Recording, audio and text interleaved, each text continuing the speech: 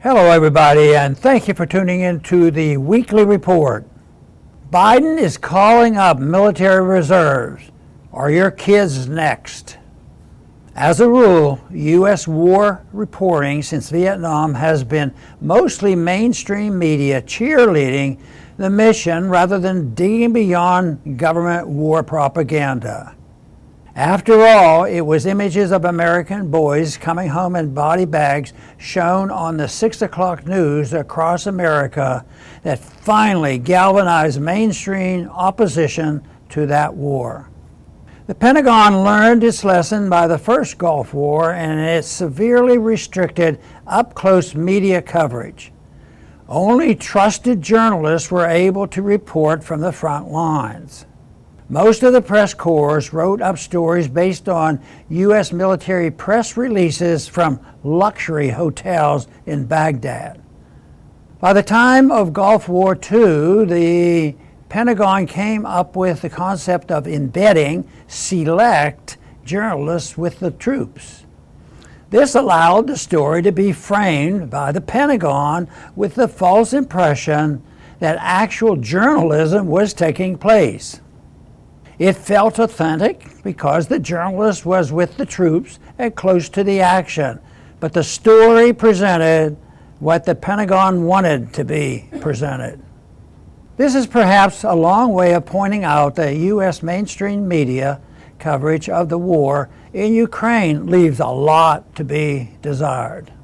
Yes, sometimes the truth does slip out in publications like the New York Times, which reported last week that in just the first weeks of the Ukraine's counteroffensive, at least 20% of the weaponry and equipment donated by the U.S. and NATO has been destroyed. However, usually what the mainstream media serves up are Pentagon and neocon talking points. Russia is losing, they report. Russia has already lost, as Biden said recently. Most Americans don't go out of their way to listen to the actual experts like Colonel Doug Macgregor, who from the beginning has been telling a very different story. Thus, Americans continue to be fed propaganda. There's a funny thing about propaganda, though. Sometimes it comes face to face with contradictory reality and is shown to be nothing but a pack of lies. Take, for example, last week's shocking report that President Biden had signed an order to mobilize 3,000 U.S. military reservists for deployment to Europe in support of the 2014 Operation Atlantic Resolve.